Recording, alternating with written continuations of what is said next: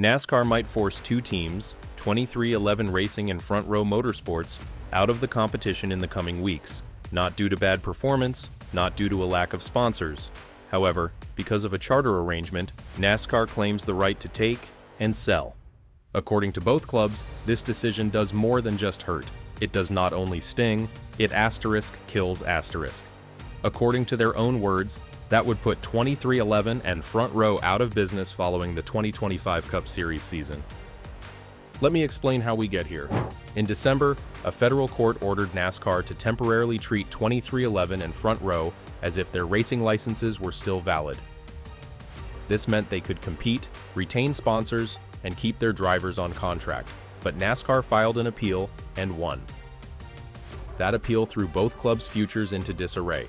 Why is a charter important? Because without it, you are not guaranteed a spot in the races. You are not assured television revenue, and you are not promised survival . NASCAR understands this. Teams are also aware of this. In a court statement filed just this week, the team stated, "This court has already found that it is not economically viable to race as open teams on a long-term basis," and NASCAR did not challenge that finding on appeal. Without that charter protection, 2311 and Front Row claim their sponsors may walk. Their drivers might leave, and their entire enterprise might fail. The paperwork continued.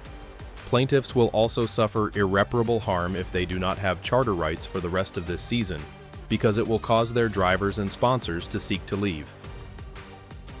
And this is where things take a terrible turn. NASCAR has informed the court that it had a pending arrangement to sell those charters to new teams. Teams that did not attend court. Teams that did not fight back. In other words, NASCAR may cash out on the charters that 2311 and Front Row based their futures on before the trial begins in December. You read that correctly. Before a jury ever hears the case. The teams are calling fouls. They are seeking an emergency injunction to prevent NASCAR from selling what they claim still belongs to them . What happens if such charters are no longer in effect? So do they. Their lawyers were blunt. Plaintiffs will face the imminent destruction of their businesses regardless of how the jury rules. So, what is NASCAR's defense? Their legal team claims that no one can compel them to conduct business with an organization that is suing them. That it is their right to pick who will sit at the table. It appears logical on the surface, but the teams aren't buying it. They argue that the court can stop NASCAR. More than that, the court should . They cite antitrust history, such as the Google Play Store antitrust case, to demonstrate that corporations found guilty of anti-competitive behavior may be required to reopen agreements with the parties they damaged. Their own words, "Courts regularly order a defendant to deal with parties harmed by anti-competitive conduct following a finding of Section 2 liability."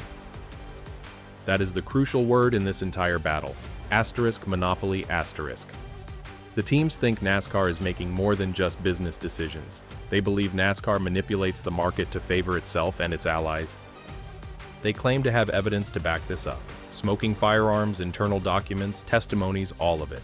We can't see those parts because they've been redacted, but we can see the charges. That NASCAR had exclusive contracts with tracks they did not even develop. That they prevented competitor organizations like Speedway Motorsports from hosting Cup Series events. They acquired smaller competitors, such as ARCA, in order to eliminate competition before it could expand. The evidence thus demonstrates that rather than limiting itself to acts of competition on the merits, the authors said, NASCAR engaged in an interrelated series of exclusionary acts that had the purpose and effect of preserving its monopsony power. That is not just business, that is warfare, legal, economical, and strategic warfare. And what about 2311 and the Front Row? They are on the front lines with everything to lose. Because this is more than simply a dispute about documents. It's a battle for survival in the heart of stock car racing. Let's get to the heart of NASCAR's defense, because they aren't just sitting back. NASCAR claims the entire complaint is based on a fraudulent assumption. They maintain that they are not a monopoly, not even close. Why? Because, according to them, there are alternative racing possibilities. They informed the court that teams might always race in different series, like the Cars Tour, a late model series led by Dale Earnhardt Jr. and Kevin Harvick.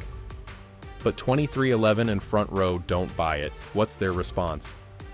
Dirt tracks and local racing can be enjoyable, but they are not the Cup Series. Their response was, NASCAR cannot seriously argue that dirt track or amateur racing are substitutes for the top-tier stock car teams competing in the Cup Series. That line creates a hard line in the sand. NASCAR might allow you to race somewhere else. However, nothing else means as much as the Cup Series. There is no other place with as much television time. The money. The prestige. That is why these charters are critical to survival.